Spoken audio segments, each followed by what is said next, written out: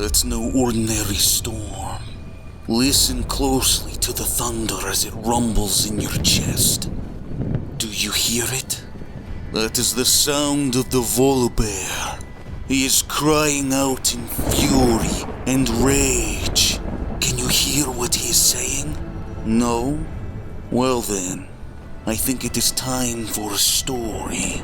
Long before even my time, before the mortal races walked these lands, Volibear and his demigod kin formed the lands they call the Warrior. With one swipe of his mighty claw did he forge the 5 fjords. His battle with the savage magma serpent Roan formed countless valleys and ravines. Then, when he finally felt the beast, its blood became the first river in the Freljord, and its corpse the Wormbuck Mountains. I am Volibear of the First Thunder, Destroyer of the White Mountain, Carver of the 5 Fjords. In the times when wild magic ran rampant, Volibear was venerated and worshipped by all.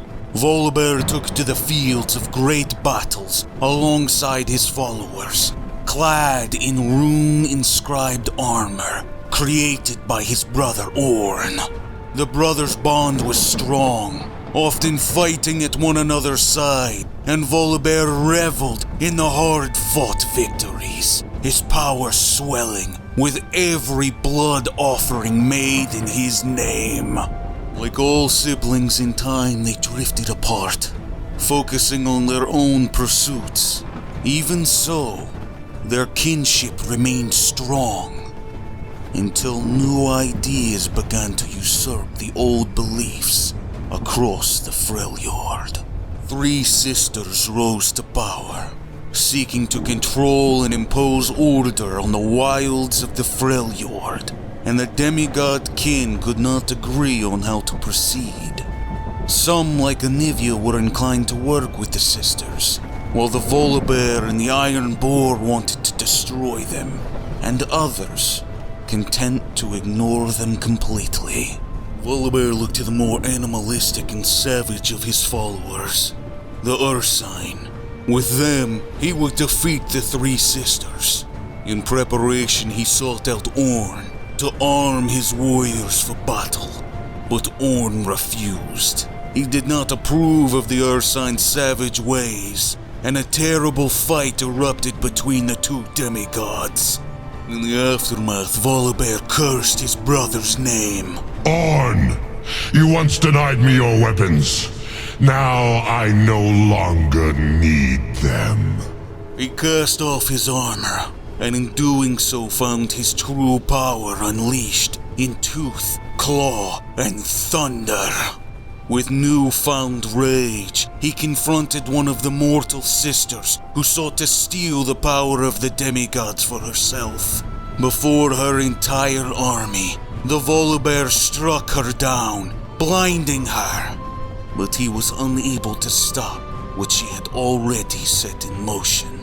Despite Volibear's resistance, as the centuries rolled by, tribes began to venerate and worship the sisters instead, leaving behind and forgetting their ancient practices. Tribes cowered behind stone walls, fields are tilled instead of lands hunted, and the great rivers are dammed rather than allowed to roar free. They have forgotten the old ways. The old ways have not forgotten them. This was not his Freljord. The tribes had been cut off from the wild spirit of the land, making them frail, compliant, and soft. These weaklings held no reverence for the old ways, or the old gods. Filled with anger and determination, he vowed to tear down all evidence of civilization and return the Freljord to its ancient state as a true wilderness. Roaring, the call of the Volibear reverberates across the mountains and plains of the north. More and more Freljordians are responding to his call. Slowly, the old ways are becoming remembered and re-embraced. and his strength grows with each new follower, and a reckoning of blood awaits. And Volibear is rushing toward it, head on.